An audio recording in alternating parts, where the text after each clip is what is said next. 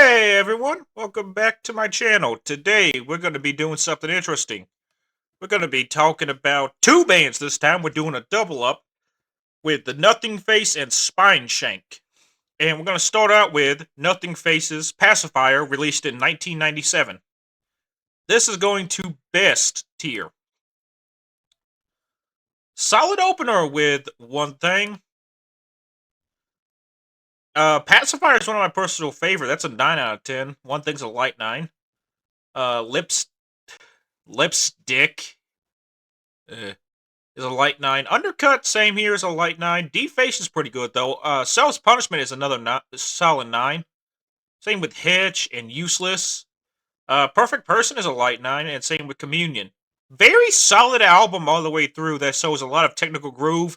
I would recommend this album and this band for people that like Korn and Slipknot in particular. They're kind of like in the middle between Korn and Slipknot.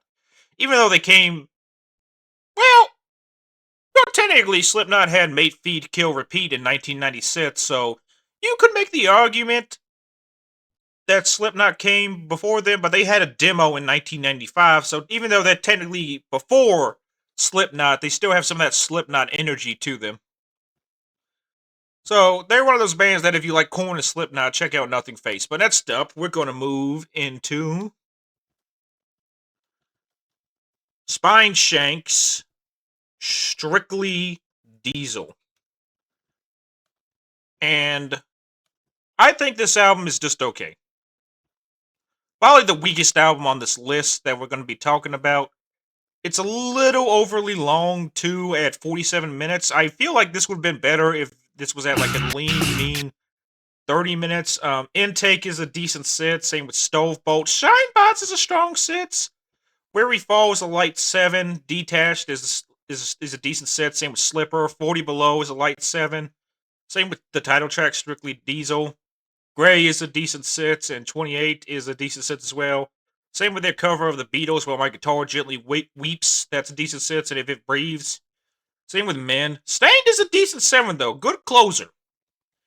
But the rest of this, though, eh. Yeah, I mean, check this album out if you like their other discography, the rest of their discography. But this is not a must listen, at least in my opinion, anyway. But next up, we're moving to Nothingface's or Nothingface Audio Guide to Everyday Tragedy. This album is pretty good, honestly. I think it's amazing. I think it's just a slight step down from Pacifier. It actually starts out strong with the Pacifier with Gold Tooth and Grinning, both 9 out of 10 tracks, but then it goes into So Few and Villains, which are decent 8s. Same with Sleeper. Breathe Out is a 9. Same with Arrow and Resistance. I Diablo is a light 9, and the Sick. I Diablo is a decent 8, and the Sick closes things out on a decent note. At a decent 8 as well. Pretty solid album all the way through, honestly. But those first two tracks are like must hear in my opinion, with Gold Tooth and Grinning. But everything else, it's not bad. Still pretty good. Except for Breathe Out and Aaron Excellence. Those like Aaron Excellence, Breathe Out, Gold Tooth, and Grinning are the 4 tracks you must hear. Everything else, pretty good. Worth checking out, honestly. Nothing on here is bad. I think it's an amazing album. But next up, we have Spineshank, The Height of Callousness, released in 2000. Oh, and just in case I didn't say it, Audio Event of Everyday Atrocity was released in 1998. This album is going to the top of best, actually. I don't think it's perfect, but it's actually a really solid album all the way through, with no real duds on it, and it's really catchy, too. I also like that they tighten up the songwriting a little bit as well, and tighten up the length a little bit. Because, like, yes, I know the one I pulled up says 15 tracks. It's only 13 tracks. 2 of them are remakes of the other one. So they tightened it up a little bit because it ends on Full Circle. But great opener with Asthmatic in the title track. Synthetic is great, too. New Disease is a light 9. Can't Be Fixed is a decent 9. Same with Cyanide, Play God, Maltrition, Seamless. Negative Space is the other light 9. Transparent is a 9. Same with Perfect Ending, Full Circle. Yeah, really good album. I actually genuinely recommend checking this one out. Like, seriously, in my opinion, check out The Height of Callousness out first, then check out Pacifier. But both these albums are worth hearing, in my opinion. They're both worth your time, and I stand by that. But next up, we have Nothing Faces Violence. This is going to good. I don't hate this album, honestly. I actually think it's still better than... I still think it's better than Strictly Diesel, but honestly, in kind of a different manner, if that makes sense. Because Make Your Own Bones, solid opener, that's like a light 8, but then we get into some more boring stuff with Bleeder, that's a decent 7, same with Same Solution, and For All the Violence. It picks back up a little bit with Can't Wait for Violence, which is a light 8. Dead Like Me and Blue Skin and Filthy are 7s. Hidden Hands picks it back up at a light 8. I also think Piss and Vinegar is the best track on here at a decent 8, but everything else outside of the 4 I mentioned is like a 7, so it's going to good. It's like a C+. Consider that a C+. But next up, we have Oh yeah, that, by the way, that was released in 2000, and The Height of Callousness was released in 2000. Next up, we have Spineshank's... I'm sorry, yo, I am brain farting on the name. Give me 1 second, please.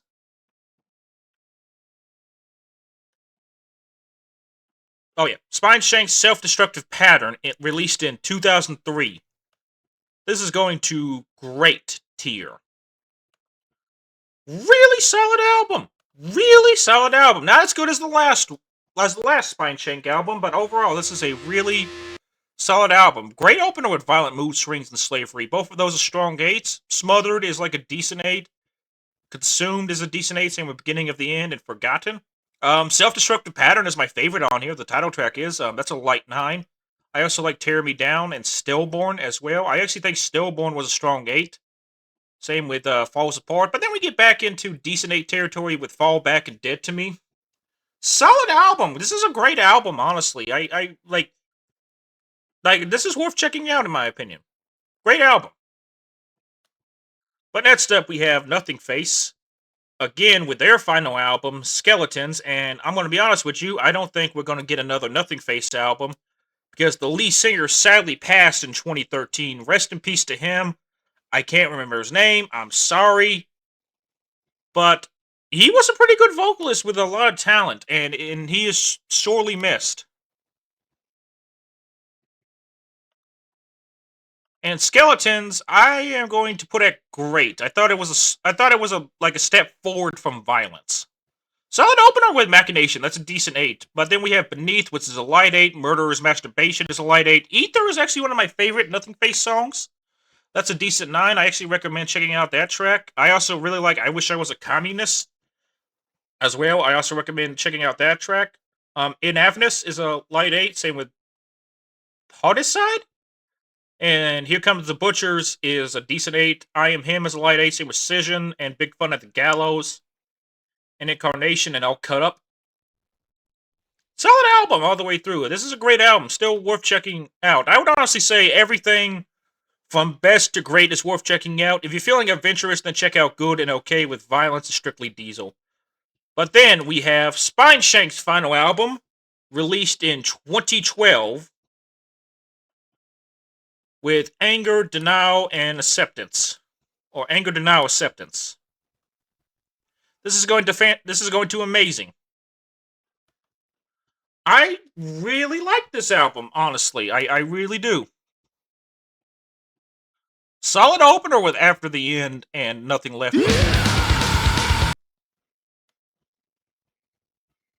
Solid two tracks that are like light 9s. I also like Anger, Denial, Acceptance. That's like a strong 8. Same with I Want You to Know. Murder Suicide picks it back up at a light 9. I also like the Endless Disconnect and I Am Damaged. Puerto Mobius is a strong 8, but honestly, this is just an instrumental, and it kind of reminds me of like Silent Hill 3 music. If that makes sense, if any of you have played the Silent Hill games, let me know. That's a great game franchise, honestly, at least in my opinion. I also like everything, everyone, everywhere ends, and the reckoning, and God complex, anger, and motive, method, opportunity, denial, and exit wounds, acceptance. Outside of those three tracks, everything else is like a light 9. I strongly recommend checking out this album. I think it's just a touch below audio events of everyday tragedy, but it's worth checking out. Like these 6 albums, I strongly recommend all of you check out from these two underrated bands. But that should do it. Tell me your favorite Nothing Face and Spineshank songs in the comments below. Tell me how you would do this ranking. Tell me if I got it wrong. Tell me if I got it right. And also, if you don't mind, drop a like and a subscribe below if you like what you see here. I usually post videos once a week.